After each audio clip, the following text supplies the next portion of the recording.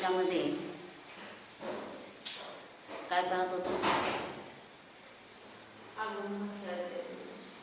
लब्धी उपयोगामध्ये आगम भाषा, अध्यात्म भाषा नाही, संमित्वाच्या अवस्थेमध्ये, नंतर मिथ्यात्वाच्या अवस्थेमध्ये काय आहे की मिथ्या दृष्टीचे कसे असतात लब्धी उपयोग. लब्धी पहिल्यांदा समजून घ्यायचं. लब्धी म्हणजे विशिष्ट शक्तीची प्राप्ती. लब्धीचा अर्थ करण लब्धीमध्ये पण होतोय, नंतर ज्ञानामध्ये लब्धी उपयोग असा पण लब्धीचा उपयोग होतोय. मग विशिष्ट शक्तीची प्राप्ती, फक्त शक्तीची प्राप्ती, आणि उपयोग म्हणजे त्याचा वापर करू लागलोय, तर त्याला म्हणायचं उपयोग. मग ह्याच्यासाठी महाराजांनी काय उदाहरण दिलं होतं की एक भिकारी आहे आणि तो पैसे मागतोय. पैसे मागतोय म्हटल्यावर त्या शेठजीने सांगितलं की मी असं कुणाला पण पैसे देत नसतो, काम केलं तर मात्र जरूर देतो. तू एवढं समोरचं झाडू मार आणि तिथं बोरवरचं पाणी आणून सडा मार, दोन्हीचे 1-1 रुपये देतो. तो म्हणला मी काम करत नसतो, मला फुकट पैसे मिळाले तर घेत असतो. बघा कसे आलेले असतात एक. आणि मी काय तुमचं काम करणार नाही, तसंच द्यायचं असलं द्या, नाही तर मी चाललो. आणि नेमकं त्या दिवशी काय झालं की त्या दिवशी नेमकं काय झालेलं आहे की त्याला काहीच मिळालं नाही. आणि संध्याकाळ झाल्यावर तो म्हणतो बर मारतो पाणी आणि झाडू मारतो, 2 रुपये द्या म्हणाला. मग आतापर्यंत त्याची काम करण्याची जी शक्ती होती ती शक्ती कशी आहे? लब्धीमध्ये. आणि आता जेव्हा तो काम करू लागला तेव्हा त्याला काय म्हणायचं? उपयोग. काय सांगितलं? आतापर्यंत काम करण्याची शक्ती कशामध्ये होती? लब्धीमध्ये होती. आणि संध्याकाळी त्यांनी आता काय केलं? झाडू मारलं, पाणी. अगदी स्थूल उदाहरण आहे. मग ते झालं उपयोग. किंवा आता लब्धी उपयोग आपल्यात घटवा. ज्या वेळेस आपण काय करतो, ज्या वेळेस आपण स्वयंपाक करतोय त्यावेळेस समयसारचं ज्ञान लब्धीमध्ये आहे आणि स्वयंपाकाचं ज्ञान उपयोग रूपाने आहे. आणि ज्या वेळेस आपण समयसार वाचतोय त्यावेळेस समयसार उपयोग रूपाने आहे आणि स्वयंपाक शास्त्राचं ज्ञान कसं आहे? लब्धी रूपाने आहे. लक्षात आलं काय म्हटलं? लब्धी आणि उपयोग. आता प्रवचन ऐकण्याकडे उपयोग आहे आणि संपूर्ण काय बाहेरचं वारीचं वगैरे ज्ञान आहे ते सगळं लब्धीमध्ये आहे. घटवा ज्या वेळेस प्रवचन सार वाचतोय त्यावेळेस समयसारचं ज्ञान लब्धीमध्ये आहे आणि प्रवचन सारचं ज्ञान उपयोग रूपाने आहे. अजून कुठं कुठं लावायचं लब्धी उपयोग? अजून कुठं कुठं लावायचं लब्धी उपयोग? शास्त्रामध्ये लावलं, स्वयंपाक शास्त्रामध्ये. दुकानदारी करतोय, दुकानदारी करतोय म्हणल्यावर तिथं त्याचं काय उपयोग रूपाने दुकानदारीचं ज्ञान आहे. आणि आत्मानुभूती वगैरे जे काही धर्माचं ज्ञान आहे ते सगळं लब्धीत आहे. आणि दुकानात बसून सुद्धा तो जर स्वभावाला जाणत असेल तर तिथं पण काय झाला? उपयोग आहे स्वभावाला जाणण्याचा. आणि त्यावेळेस दुकानदारीचं ज्ञान काय झालं? लब्धी रूपाने. म्हणजे बघा 8 वाजता आत्मानुभूती घेतली दुकानात बसून, तर काय झालं? 8 वाजता दुकानात बसून अनुभूती घेतली, अनुभूतीचा उपयोग रूप आहे. आणि दुकानदारीचं धंद्याचं ज्ञान सगळं काय झालं? लब्धीमध्ये आहे. मुलांना कसं सांभाळायचं ह्याकडे उपयोग आहे. त्यावेळेस स्वयंपाक शास्त्र लब्धीत आहे आणि मुलांना सांभाळतो हे काय आहे? उपयोग रूप आहे. म्हणजे असं सगळीकडे लब्धी उपयोग चालू आहे. फक्त ह्याला हे म्हणायचंय, महाराजजी नेहमी काय म्हणायचे की जीवनात आपलं चाललेलंच असतं, पण त्याला फक्त काय म्हणायचं हे शिकून घ्यायचे, डेफिनेशन, टर्मिनॉलॉजी. पण जीवनात सोडून जर काही वेगळं शिकू लागलो धर्मामध्ये तर त्याला धर्मच म्हटलं नाही. वस्तू स्वभाव धम्म, वस्तूचा स्वभाव धर्म आहे. आणि त्या धर्मामध्ये वस्तूचा स्वभाव म्हटल्यानंतर तो आमच्या जीवनाचा मूळ अंगभूत आहे. म्हणून जीवनाला सोडून काही लब्धी उपयोग वेगळं नाही. ज्ञानात पण लब्धी उपयोग आहे, चारित्र्यात पण लब्धी उपयोग आहे. आणि श्रद्धेत खरं तर नसतंय, परंतु ज्ञान आणि चारित्र्यामध्ये लब्धी उपयोग भेद केला म्हणून उपचाराने काय झाला? श्रद्धेमध्ये पण लब्धी उपयोग केला. वास्तविक पाहता श्रद्धा कशी असते एकतर स्वभावाशीच जुडलेली असते किंवा एकतर बाहेरच असते. मिथ्या दृष्टी असेल तर ते लब्धी उपयोग उपचाराने भेद करून काय म्हणतो बाहेर आहे, आणि सम्यक दृष्टी असेल तर आत आहे. म्हणून कसं येतं लब्धी उपयोगाचा लब्धी और उपयोग. मिथ्या दृष्टी अवस्था में श्रद्धा के दोनों पैर बाहर पर की तरफ है, यानी श्रद्धा उपयोग रूप से जागृत रूप से पर की तरफ है. म्हणजे काय घेतलं आता, मिथ्यात्व अवस्थेमध्ये श्रद्धेचे दोन्ही पाय पराकडे आहे. म्हणजेच तिथं काय झालं, श्रद्धेचे दोन्ही पैर बाहर पर की तरफ, यानी श्रद्धा उपयोग रूप से जागृत रूप से पर की तरफ है. म्हणून त्यात काय घेतलं की परामध्ये श्रद्धा गेली, आणि अशा रीतीने परामध्ये श्रद्धा गेली म्हणजे तिथं काय आहे की तो मान्यतेने दुसऱ्याशी अटॅच आहे. म्हणून श्रद्धेचे दोन्ही पाय पराकडे आहेत, म्हणजे श्रद्धा उपयोग रूपाने जागृत रूपाने पराकडे आहेत. ज्ञानाचे दोन्ही पाय कसं आहे, पर की तरफ है, यानी ज्ञान के दोनों पैर बाहर पर की तरफ है, यानी ज्ञान उपयोग रूप से पर की तरफ है, सविकल्प ज्ञान है. म्हणजे इथं काय झालं, ज्ञानाचे दोन्ही पाय बाहेर आहेत, ज्ञान सविकल्प आहे. और चारित्र के दोनों पैर बाहर पर की तरफ है, यानी चारित्र उपयोग रूप से अशुद्ध उपयोग है, इसलिए मिथ्यात्व के 6 ही पैर बाहर है. मतलब चारित्राचं लब्धी उपयोग ते पण बाहेरच आहे, त्यामुळे मिथ्या दृष्टीचे काय झाले 6 पाय बाहेर आहे. काय मिथ्या दृष्टीचे 6 पाय बाहेर आहेत, म्हणजे श्रद्धेचे लब्धी उपयोग, ज्ञानाचा लब्धी उपयोग आणि चारित्राचा लब्धी उपयोग. मग अशा पद्धतीने 6 पाय कसे झाले बाहेर आहेत.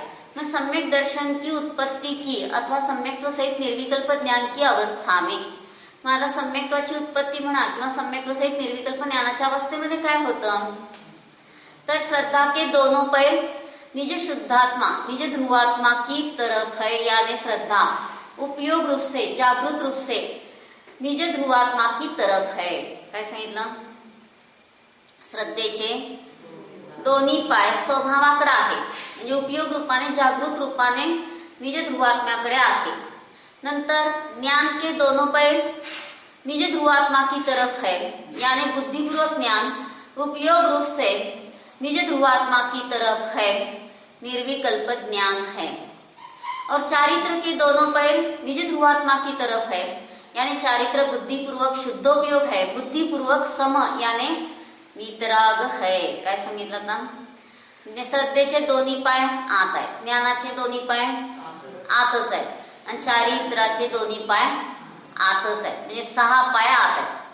असं एखादा पाय म्हणजे हे एक परिभाषा समजण्यासाठी, आत काय पाय असतात का, नाही तर ते काय ते चेतनामध्ये वेगवेगळी चित्र येऊ लागलेत.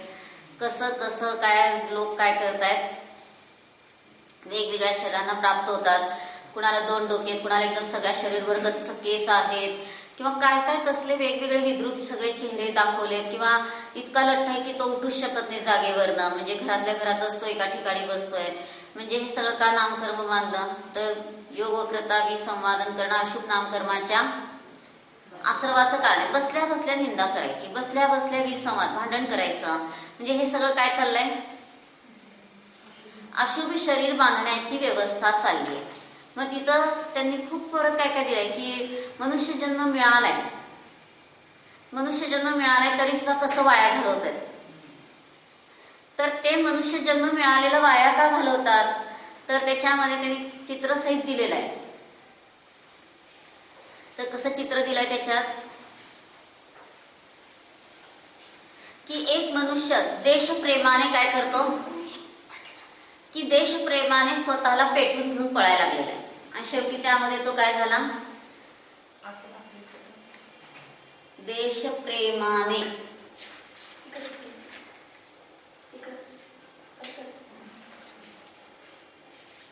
आपलं जीवन त्यांनी काय केलं, संपवलं.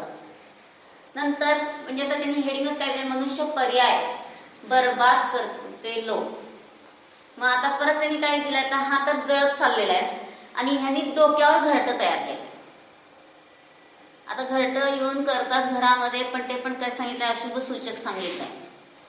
एकाने असंच मंदिरातलं घरटं काढून टाकलं की लगेचच थोड्या दिवसात मुलगा ब्लड कॅन्सर होऊन गेला सोलापूरला. म्हणजे हे कसं घडत असतं, लगेचच फळ मिळत असतं. आणि डोक्यावर घरट केलाय. आणि ह्यांनी काय केलंय आता, मात्र दिखावे के लिए सिर के बालों को चूहे का रूप दिया है. दिसलं का? असं सरळ कर, म्हणजे सगळ्यांना दिसतंय. असं सरळ कर. म्हणजे डोक्यालाच काय केलं, केसांचा आकार उंदरासारखा करून ठेवला. म्हणजे कसं मनुष्य जन्म वाया घालवायला लागले. म्हणजे काहीतरी वेगळं करायचं, फॅशन असते ना, वेगळं करतो सगळ्यांपेक्षा ती फॅशन. त्याच्यानंतर मात्र फॅशन के लिए अपने सिर का घोसला बना दिया. हे इकडचं झालं. असं तू सर्व धर. हा, तर ह्यांनी काय केलंय आता, दिखावे केले, फॅशन केले, केलं की नाही, उंदराचा आकार केलाय, डोक्यात केसांचा, हे घोसला केलाय म्हणजे घरट केलाय. आणि आता ह्यांनी काय केलंय की लोगों से प्रशंसा पाने के लोभ में अपना सिर मगरमच्छ के मुंह में डाले हुए महिला. म्हणजे त्या मगरमच्छाच्या मुखामध्ये आपलं डोकं हे केलंय. सगळ्यांनी आपली काय करावी, प्रशंसा करावी. त्याच्यानंतर नख अशी वाढवली आहे की सारी जिंदगी समस्या आहे, म्हणजे आपल्या जीवनाच्या समस्या म्हणजे प्रश्न झेलून नाखून लंबे किए. कशासाठी, तर रेकॉर्ड करायचंय त्याला. त्याच्यानंतर लोग कहे वाह बस इसलिए घंटों बैठकर चेहरा पर रंग करवाती महिला. म्हणजे सारखं रंगरंगोटी करायचं. आपण पण कधी जातो की ब्युटी पार्लर मध्ये आणि काहीतरी करून घेतो. तर हे सगळं काय चाललंय, मनुष्य पर्यायाला बर्बाद करणं. म्हणजे आपण ह्या स्वभावाला जाणत नाही म्हणून हे सगळं चाललंय. स्वभावाला जाणलं तर ही दुर्दशा आत्ताच संपते, वेगळा क्षण नाही. म्हणून इथं काय घेतलं आता की सम्यक्त्व आत्मानुभूती, सम्यक्त्व सहित सविकल्प अवस्था की निर्विकल्प अवस्था घेतली पहिल्यांदा, निर्विकल्प. तर निर्विकल्प अवस्थेमध्ये श्रद्धा आत अटॅच आहे, ज्ञान पण आत अटॅच आहे, लब्धी उपयोग आतच आहे आणि चारित्र्य पण आतच अटॅच आहे. मग अशा रीतीने 6 पाय आत आहेत. आता पुढं काय घेतलं, सम्यक दर्शन सहित सविकल्प ज्ञान की अवस्था में. तर सम्यक्त्व सहित सविकल्प ज्ञानाच्या अवस्थेमध्ये श्रद्धा के दोनों पैर निज ध्रुवात्मा की तरफ है, यानी श्रद्धा उपयोग रूप से, जागृत रूप से निज ध्रुवात्मा की तरफ है. और ज्ञान का एक पैर निज ध्रुवात्मा की तरफ है, यानी स्वानुभव ज्ञान, लब्धिरूप ज्ञान है. और चारित्र का एक पैर निज ध्रुवात्मा की तरफ है, यानी परिणति रूप, लब्धि रूप वितराग है, सम है. म्हणजे तिथं काय घेतलं आता, चारित्राचा एक पाय स्वभावाकडे आहे. म्हणजे श्रद्धेचे 2 हात आहेत, ज्ञानाचा 1 हात आहे आणि चारित्राचा 1 हात आहे. 4 पाय हात आहेत. ज्ञान का एक पैर पर की तरफ है, उपयोग रूप ज्ञानोपयोग पर की तरफ है, यानी बाहर है, सविकल्प ज्ञान है. और चारित्र का एक पैर पर की तरफ है, यानी अशुद्धोपयोग है, विषम है, कषाय परिणाम है. म्हणून ह्यातनं काय सांगायचं की अशा रीतीने 2 अंशाने तो बाहेर आहे. ज्ञानाचा उपयोग रूप अंश आणि चारित्राचा उपयोग रूप अंश. आणि काय सांगितलं, 2 अंशाने बाहेर आहे पण आत 4 पाय. म्हणून महाराज नेहमी काय म्हणायचे, राम सीतेसाठी रडतोय तरी तो 4 अंशाने आत असल्यामुळं निराश्रव आहे. आणि जेवढं बाहेर उपयोग रूपाने रडतोय, ज्ञानाचा आणि चारित्राचा 2 अंशाने उपयोग बाहेर लागला, तेवढ्या अपेक्षेने तो काय आहे, सासरव आहे. श्रेणिकाने आत्महत्या केली तरी सुद्धा तो क्षायिक समय दृष्टी म्हणल्यावर 4 अंशाने आत आहे आणि 2 अंशाने बाहेर आहे. मग एन अंशेन वितराग, तेन अंशेन बंद होत नाही. जितक्या अंशाने वितराग आहे तेवढ्या अंशाने बंद नाही, आणि जेवढ्या अंशाने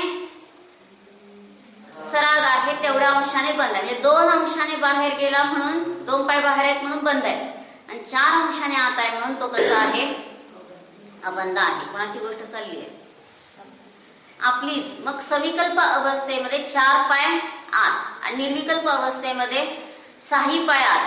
मग आता बघा, तुलना करा 2, 4ची. आता श्रद्धा ज्यावेळेस आत्मानुभूती घेतो त्यावेळेस कशी आहे, आतच आहे. आणि विकल्पात आलं तरी श्रद्धा स्वभावाशी जुडलेली आहे. श्रद्धा कधी बेईमान होत नाही, म्हणजे काय म्हणतो, अप्रामाणिक होत नाही.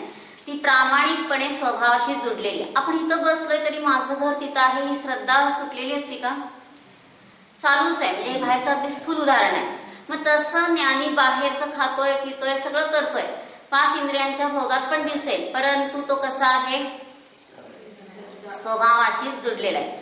ते अमर कवी का कोण होते ना, अमृत कवी, तर त्यांचे इतके काव्य चांगले होते म्हणून काही लोक भेटायला त्यांना गेले.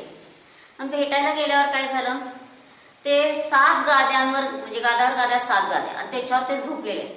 आणि तिथं महालात प्रवेश केल्यावर विचारलं कुठे आहेत अमृत कवी, आम्हाला त्यांना भेटायचं आहे.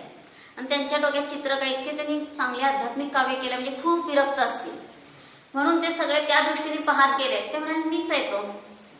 असं कसं म्हणाले, तुम्ही इतक्या कविता छान दिल्या, 7 गाद्यावर झोपलाय, हे काय योग्य नाही. तो म्हणाला नाही, हे काय, मला त्याची रुची नाही आहे, पुण्य की सजा भोग रहा आहे. आणि तुम्ही म्हणत असाल तर आता मी तुमच्यावर येतो, मला ह्याचा काहीच मोह नाही. म्हणून निघाला पण. आणि ते पण परीक्षा घेण्यासाठी म्हणाले चला, म्हणाले सोडा हे सगळं. कशाची सजा आहे, काही सजा नाही, तुम्ही सोडून द्या म्हणाले, वैराग्याने राहा. आणि घेऊन निघाले. आणि थोड्या वेळाने त्यांना चिंता झाली, एवढं चालून आणलंय त्यांना, आणि मला त्यांना काहीतरी खायची व्यवस्था करावी म्हणून पटकन काय करतात, कुठंतरी सगळे जातात आणि त्यांना एका ठिकाणी झाडाखाली थांबवतात.